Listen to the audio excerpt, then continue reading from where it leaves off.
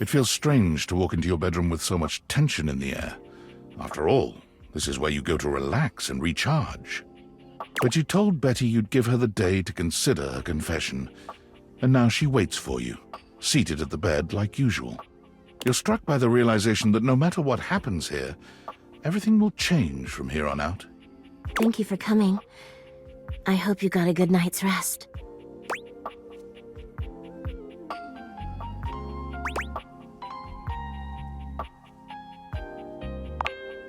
Oh, I'm so glad you slept well in my absence.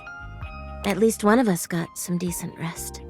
I suppose there's no point in beating around the bush here, is there? What do you think? Of me?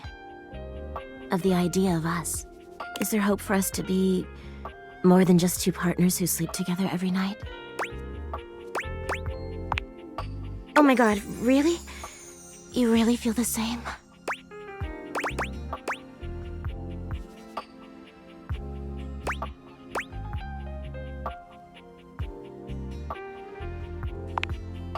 I can't believe this is happening. I always thought this was a fantasy I'd take to the junkyard.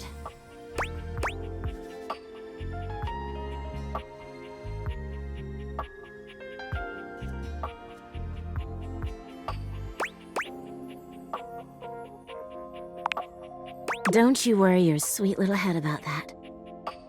I don't expect you to sleep with me every night, or ever. And you being with me doesn't mean you can't be with others. I have my own fun, after all. I'm just so happy we can be together now. I honestly don't even know where to begin. I feel like I know you so well, but I want to get to know you better. And you must want to know me better. After all, I've only ever been a place for you to lay your head at night. You've never seen me for who I truly am until now. Tell me what you want from me, my love. All I want to do is make you happy.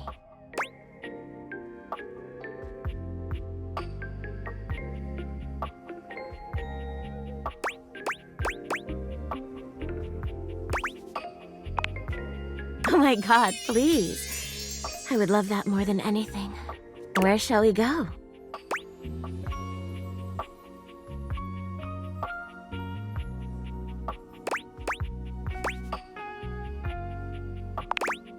Ooh, I love the sound of that.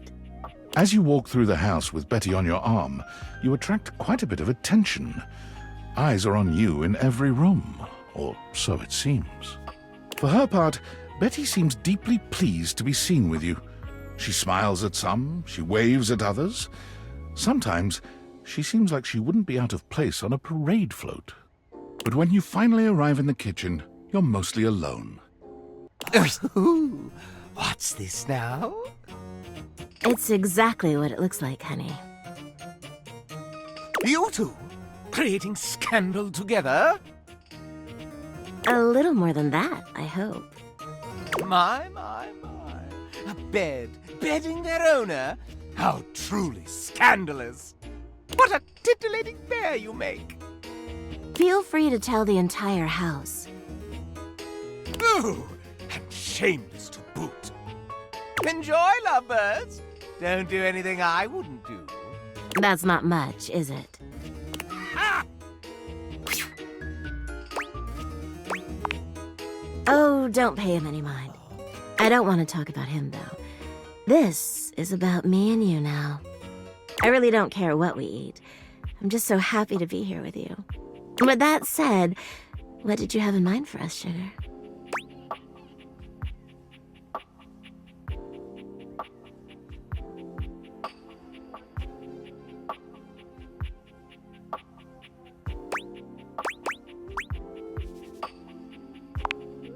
Oh my, I didn't know you were taking me to a steakhouse. Betty hangs on your every move as you prepare your meal.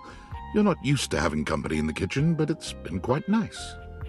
Every slice, every stir, every sprinkle of seasoning has Betty enraptured. You've never felt like such a culinary god, even if you know you've got it in you. It's hard to resist showing off for Betty just a little. Ooh, what are you gonna do with that meat, baby?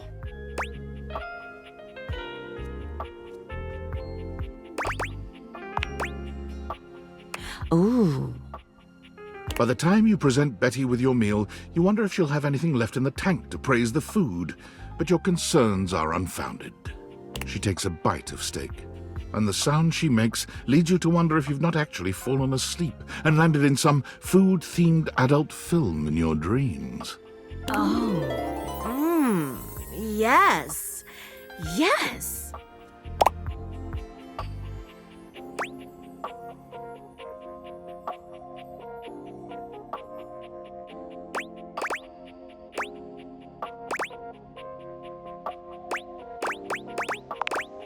I'm not a smoker, but damn, me too.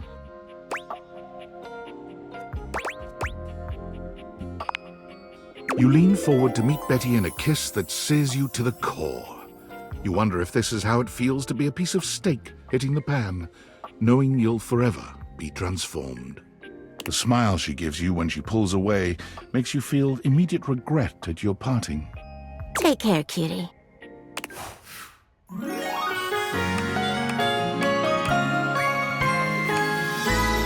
You're just a dream come true.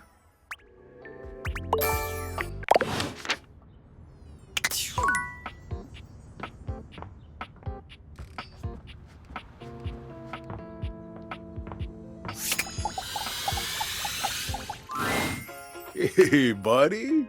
You here to get comfy?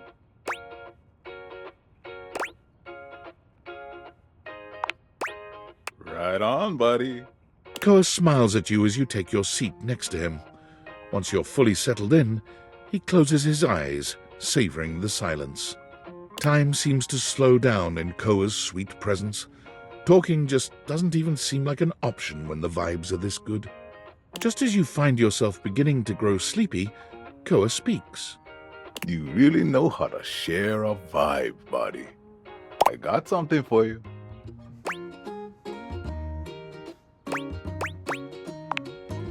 No problem. When a couch gives you lint, it's like I'm giving you a piece of my own soul. It's really meaningful for a couch. To put it in a way you can understand, it's kind of like a human giving another human a lock of their own hair. I heard that's like real big in human culture.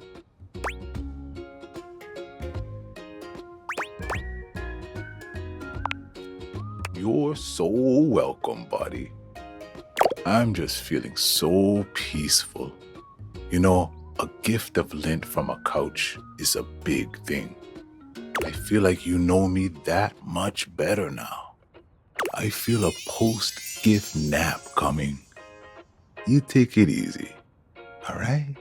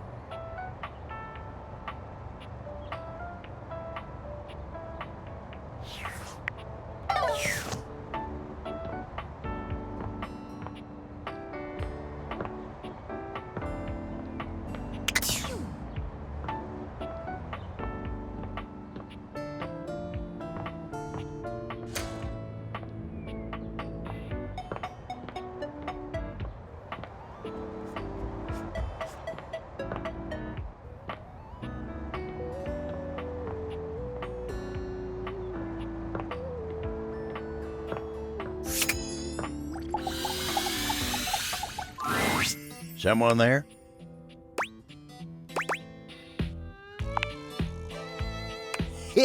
Wasn't expecting to see you here.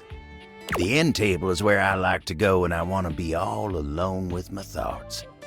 The view here's pretty nice. Makes me feel real thoughtful.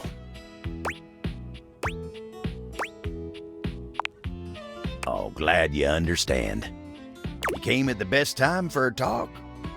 Much as I like to be in here to think, sometimes it's tough. Betty is sweet as pie, but sometimes the table's got to think on his own. But Betty's company's a darn sight better for thinking than those dang Hanks. There's so god dang many of them, and they're always jumping, crashing round in that closet like 5 bulls on a trampoline. It's just too dang much. And then you got Benoit. Abel looks like he'd rather talk about anything else. He lowers his voice like he's speaking of something truly scandalous. Oh, that one never stops talking about sex. Asking me if anyone's polishing my surfaces lately.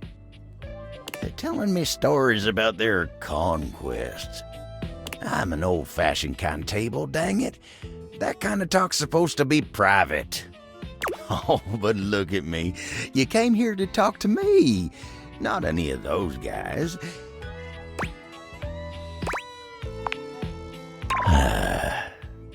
Let me get back to work.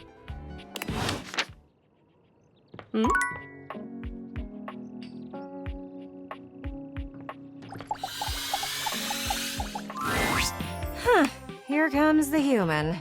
Gwendolyn gives you that same look that your boss used to when she thought you weren't busy enough.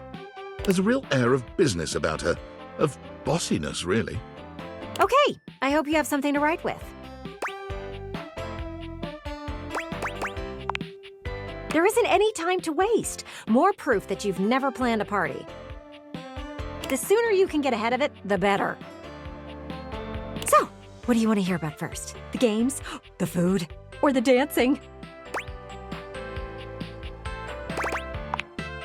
Did you really expect to have people over and not feed them?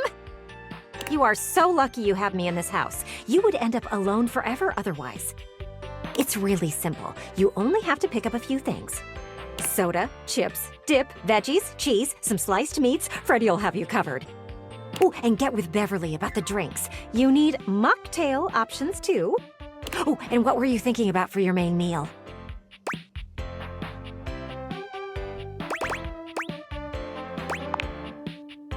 Thank goodness you have looks on your side. You need to feed these people. I'm thinking either grilling or pizza. Up to you. Grilling! Great! You don't own a grill.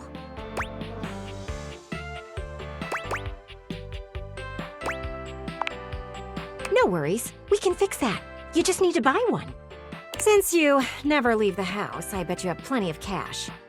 So, there are a few things to consider here. You can either go wood burning or charcoal. Or if you want, you can go gas. I hear that doesn't give it a lot of flavor, but it's up to you if you want to be known as the human who serves bland food.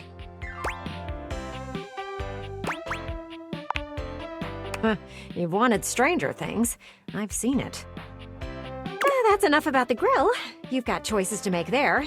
Let's move on to something else. Games. That's right. Every good party needs games. Now, you could go the competitive route, but that would be ill-advised. For one, I could get hit with a ball. I hate balls.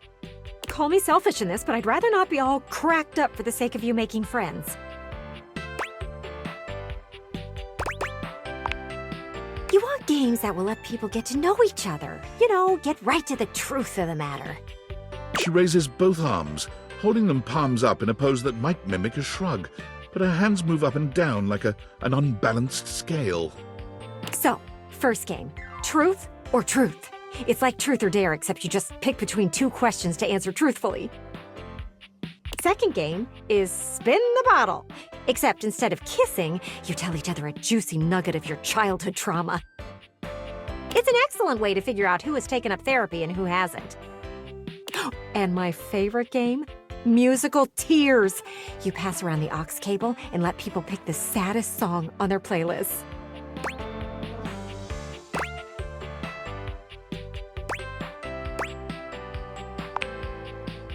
You get it! These games are meant to help you get to know someone for who they really are. We are seeking transparency in these relationships. So, we skip the small talk and go straight for the real stuff. We want to hear about their parents, their old pets, and maybe even the people they dated in their past.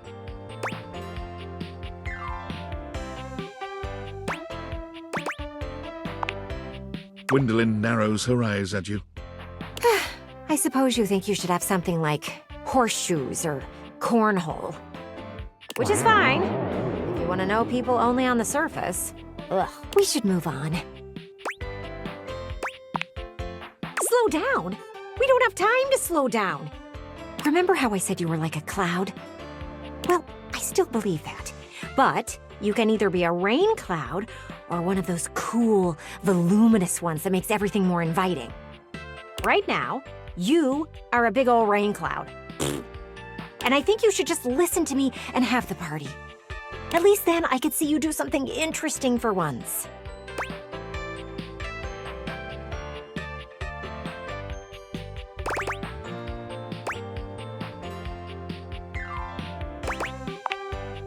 There is nothing wrong with it, as long as you plan on changing. Listen, I know I hit you with everything pretty hard and fast. But in the spirit of transparency, I thought it was the only way to motivate you. And at least it got you thinking. Still, it is obvious to me that you need a break. Party planning can be exhausting for someone who has never done it before. Let's circle back to this in a bit. Then we can finalize plans. Oh, and bring that guest list with you.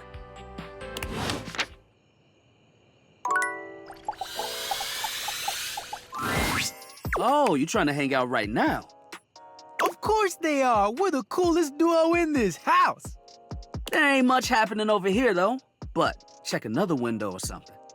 Something has to be popping off somewhere else. You know, besides Rod's mouth.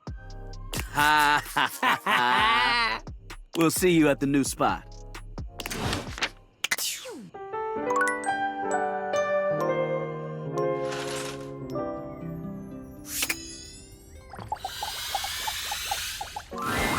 You've got that guest list with you?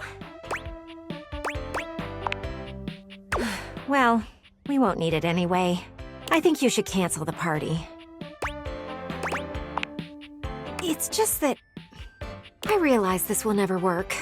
The idea of you throwing a party was doomed from the beginning. Because you are like a cloud. You can be anything you want. And you showed me that you could be a big old storm cloud over the whole thing.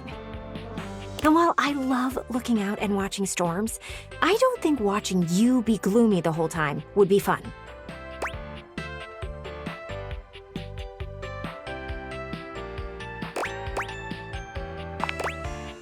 We don't know that for sure. There is no way of knowing that. I know that I was pretty strong-willed about the party idea. I miss hearing people laugh outside. All I do all day is watch things pass by. I watch the people on the street. I watch your neighbors live their lives. And back here, I watch the clouds go by and just see a patch of grass full of possibilities. Possibilities that only you can put into motion. You can be a rain cloud, but you could also be a puppy.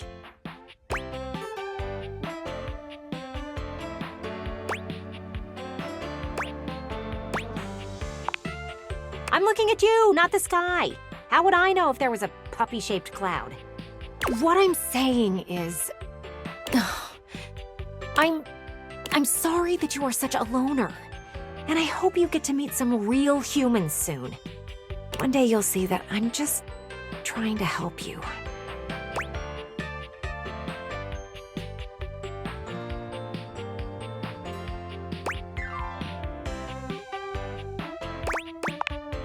I'm glad you see what I see. Clearly, I was correct. How about we put the party thing on hold for now? Maybe one day you'll be ready for it. When you are, don't be afraid to come to me. I'll be more than willing to plan everything out with you. Oh, look at that. There's a big storm cloud out there. I think I'll sit back and watch as she rolls in. I doubt it, but I'll try.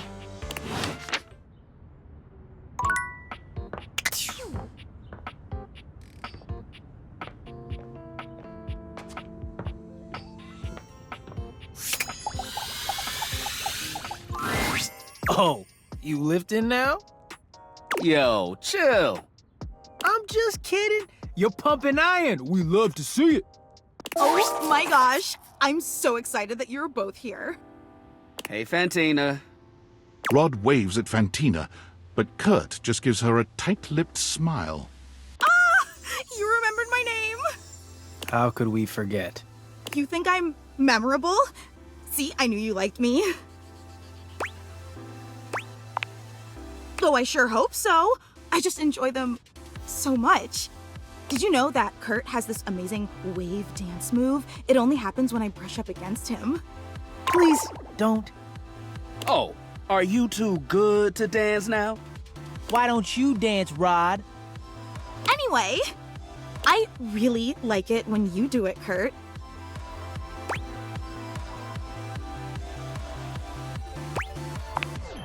Oh, you wouldn't believe how good they are. Really, there isn't anything like them. You can do it, Kurt. I believe in you. Nah, I'm good. You can't do it, can you? Kurt can do anything. That's right. I can do anything. I'm just feeling a bit,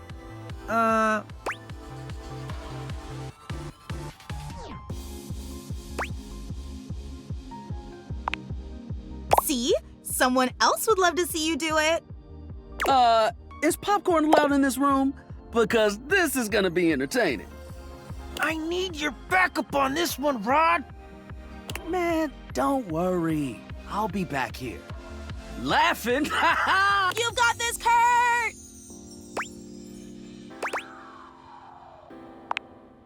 Of course I do. What's not to believe in? I know greatness when I see it. You think I'm great? Bro, you so dense. That's all she been saying. You want to see me bust out the move? I'll bust out the move. Oh my gosh. But under one condition. What's that? It's just you and me, Fantina. You mean? That's right. A private dance session with just you. What better way to pay back someone who's always believed in me? Oh. I'm so excited! I'll call you over when I'm ready. I can't wait.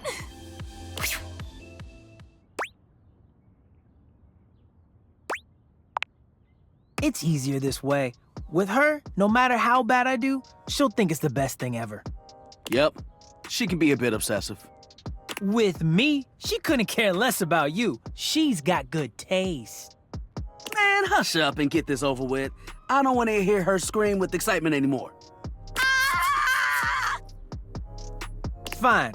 I'll see you around. I've got a fan to knock over.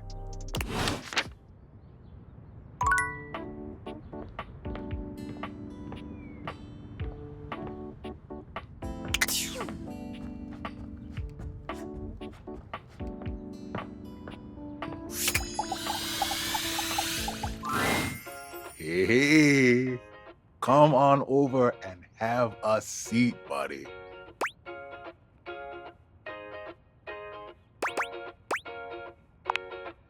Awesome. It's a good day to spend some nice quiet time together, isn't it?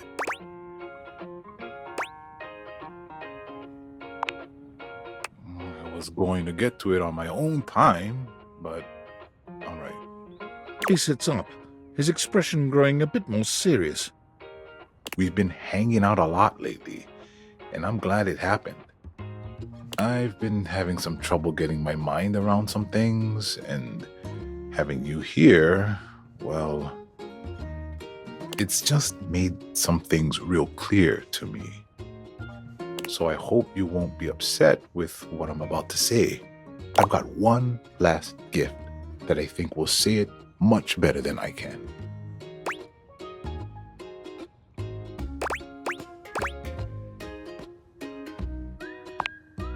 See that one in the middle? The heart? Can you read that for me?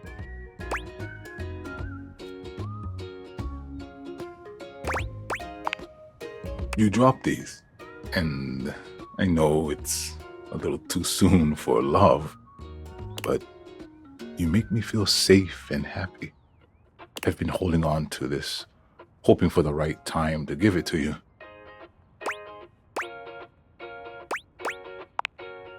My previous owner, he used to talk nonstop. He never took a moment to relax. He was always on the phone, gabbing away. It just made me nuts. I couldn't even hear myself think, you know? I came to appreciate the silence all the more. The fact that you could respect my wishes every time I asked. You really gave me the space to be me. I've had so much on my mind lately, and your presence near me has just been such a blessing. You calmed my thoughts and let me sort through them. And with all that time to think, I know now that I just want to keep enjoying the silence with you. What do you say? You want to keep doing this with me? That might be the nicest thing anyone's ever said to me. Koa envelops you in his strong arms, wrapping you into a hug that feels like a sweet ocean breeze. I'm the luckiest couch in the world. Wanna cuddle? You and Koa spend a pleasant time cuddled up in each other's arms. You had no idea your couch could be this comfortable.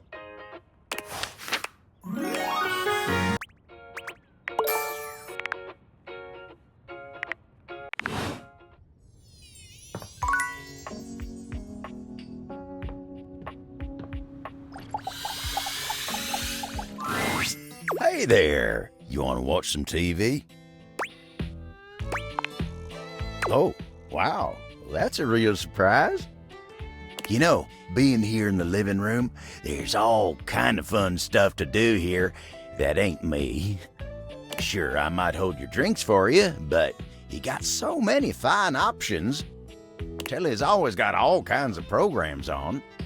But I guess you know all about that. Saw you two talking just the other day. Connie's another great way to spend your time here. Oh, well, that's great. She seems, real nice. But, you know, a table like me needs some stability.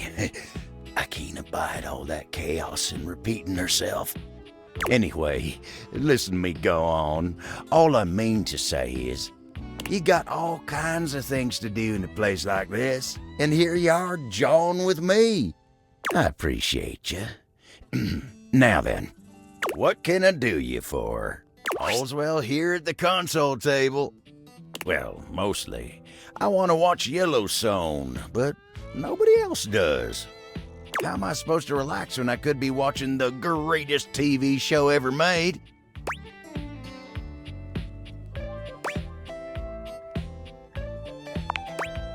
Listen to this. A hard-working pair of jeans has to balance life in the dresser, sharing a border with other pants and USB cables. It's a clash of civilizations, old and new. Must-see TV. When you seem less than enthused, Abel's cheeks flush. Anyway, yeah, fine here. Just waiting for my turn on the TV.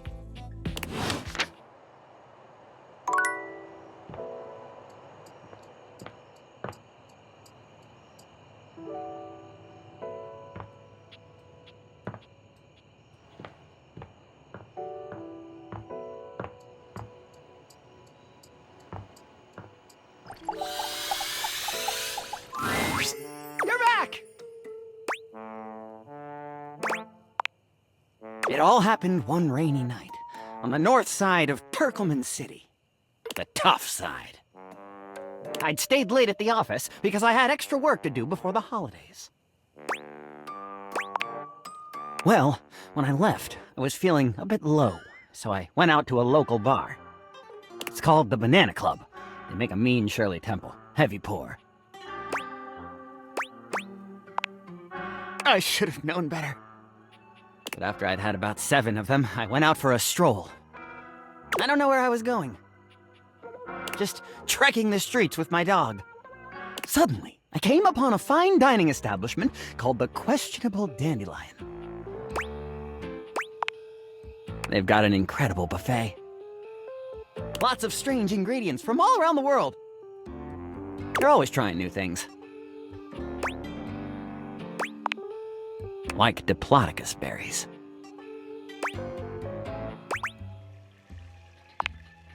And Jimson weed cupcakes. They also sell Excedrin by the pint, the headache medicine. Oh yes, very, but good for headaches.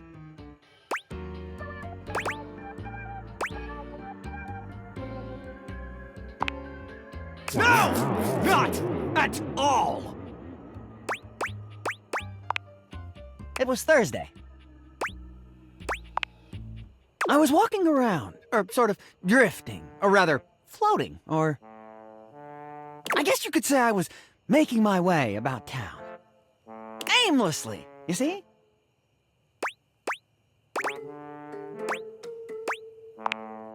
You're very perceptive.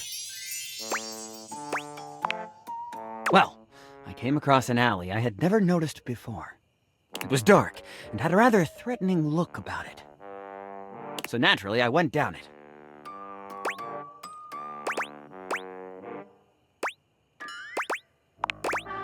I wandered down the alley and came to a door, lit by a red light. I opened it and found a long hall, at the end of which was a sort of booth. And in this booth was a fortune teller. She was wearing a fantastic red shirt, not unlike the one you're sporting. Although it could have easily been more of a chartreuse. I can't tell, I'm tone deaf. Yes, her name was Vagabonda the Sinclairius. She was wearing a fantastic red shirt, not unlike the one you're sporting.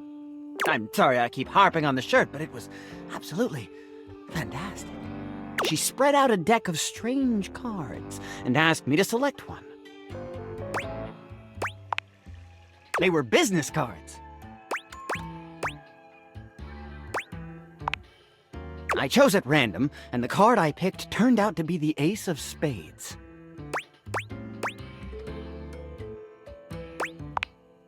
If only I'd known that it wasn't to be the case! Vagabonda snatched the card back from me and said, "Not that one!" Turns out she had her rewards program on the back. 12 stamps and you get a free spade.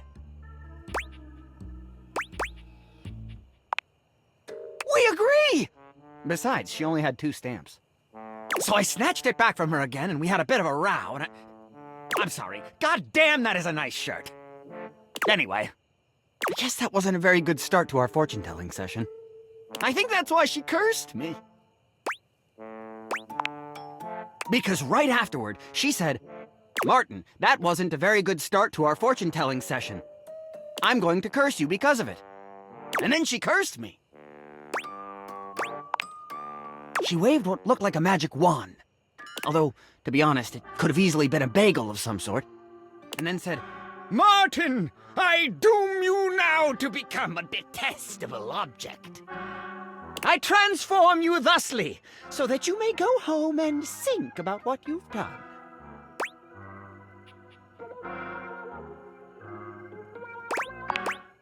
She wasn't above a bad pun. And then I became a sink.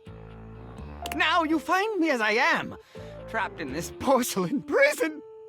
All I want to do is return to my old life. To stroll the streets of Turkleman City once more, without a care in the world. Oh, how I long for it. Please, won't you help me?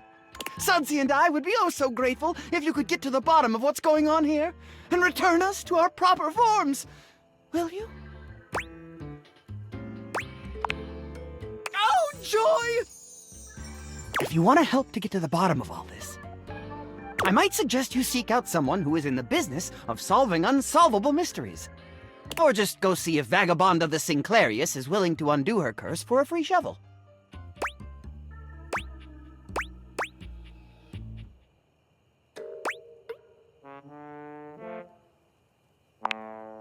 He stands there silent and unmoving, until you finally leave.